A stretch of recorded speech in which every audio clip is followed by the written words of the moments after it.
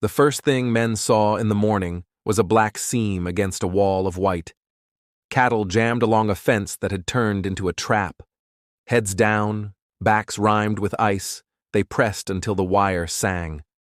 Riders slid off with nippers, hands numb in wet gloves, and cut a gap to let the herd drift.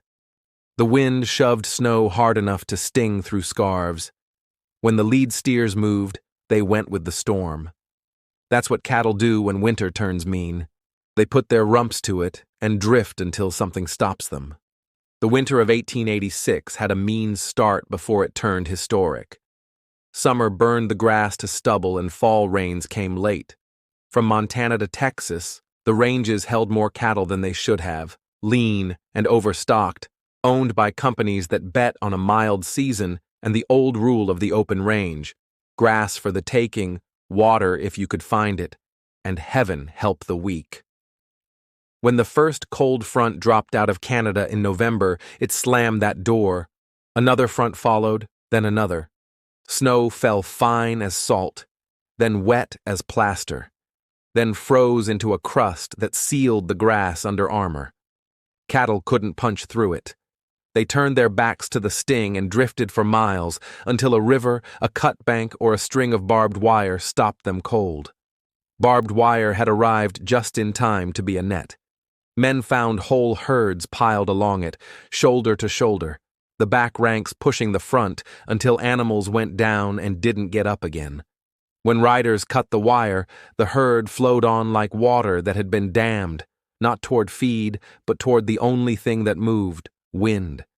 Day work became night work because the storm didn't care about daylight.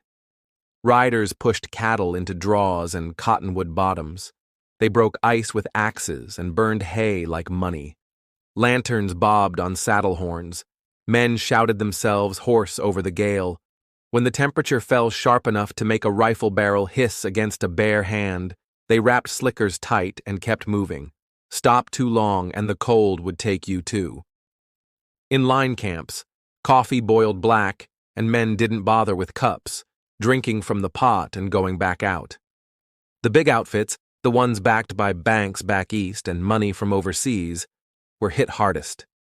In the fall, they'd turned tens of thousands loose under the old plan. Let the prairie carry them.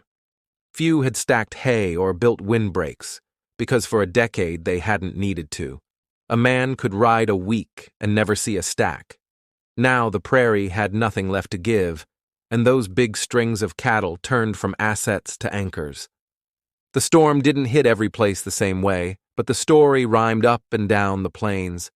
Men told of cattle with beards of icicles, of drift lines so straight a rider could follow them in the dark, of horses crusted white, except where breath thawed the hair. The only color was stove red and scarf blue. By New Year's, some ranches were finished and didn't know it. The telegraph carried numbers that sounded like lies. Thousands of head gone in a week. Trains stalled in snowcuts. Towns ran out of coal and burned fence posts. In bunkhouses, men set their boots by the fire and watched the leather steam. By morning, the boots were stiff again before a man could pull them on. A few left for the railhead. Most stayed because someone had to keep swinging an axe. January broke, and the thermometer did not. Hard freezes split axe handles. The wind pushed cattle south until fences or rivers caught them. Draws filled with snow like poured concrete. Calves sank and never stood.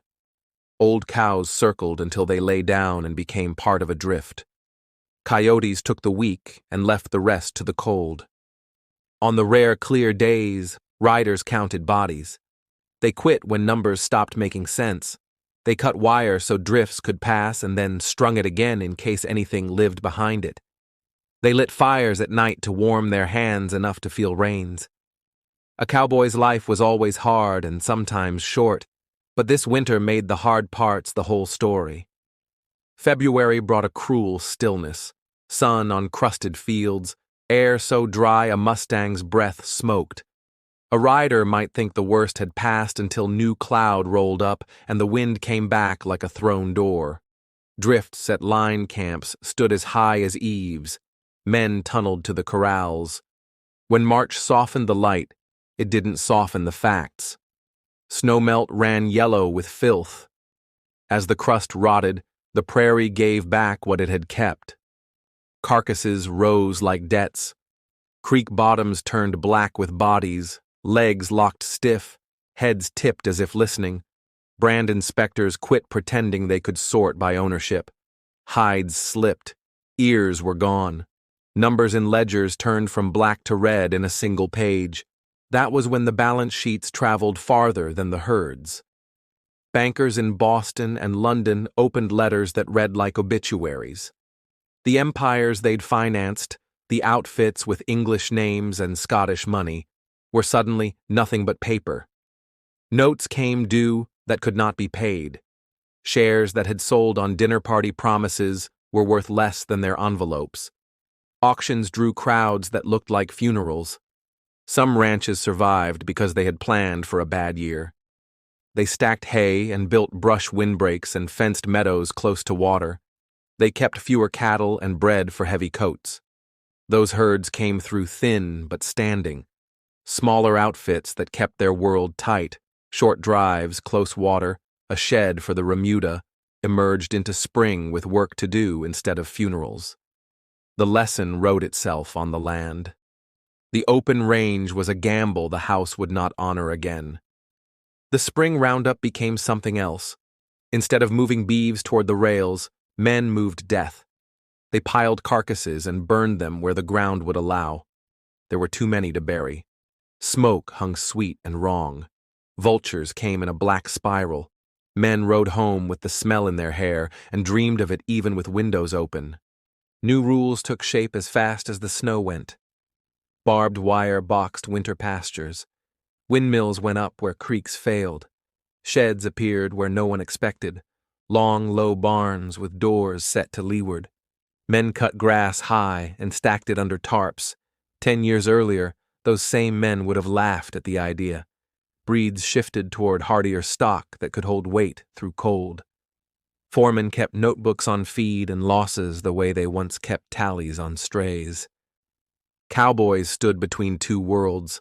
The old drift and brand way made legends. The new fence and feed way made a living. Some left for mines or the rails. Others stayed and learned winters with hay in the stackyard and water in the tank. The work didn't get softer, but it got smarter. By early summer, green pushed through the black, bones bleached on ridges. A man riding fence could see the line between past and future like a rope laid across the prairie. On one side was the memory of herds rolling like weather, brands from 20 outfits mixing in a single valley. On the other side were gates, windbreaks that cut the north wind, a haystack taller than a horse, and cattle that knew the way to a feed ground. The papers called it the Great Die-Up, and for once the headline didn't stretch the truth. No single year ever ended the open range, but that winter took the legs out from under it. The lesson spread fast. Don't count on the prairie to feed what you put on it, and don't count on tomorrow to look like yesterday. If a ranch was going to live, it would live closer to the ground, with fences and feed, and a plan for when the sky turned mean. The men who rode through it did not say much. When they remembered, they talked about the sound, wire singing in the wind, the hollow thud when a steer went over, the quiet when the storm pulled all the noise out of the world. They talked about chopping ice until the axe bounced, about horses turning away from the smell in March, about counting dead until numbers felt like lies. They didn't make poetry of it. It was a season that took what it wanted and left a different West behind.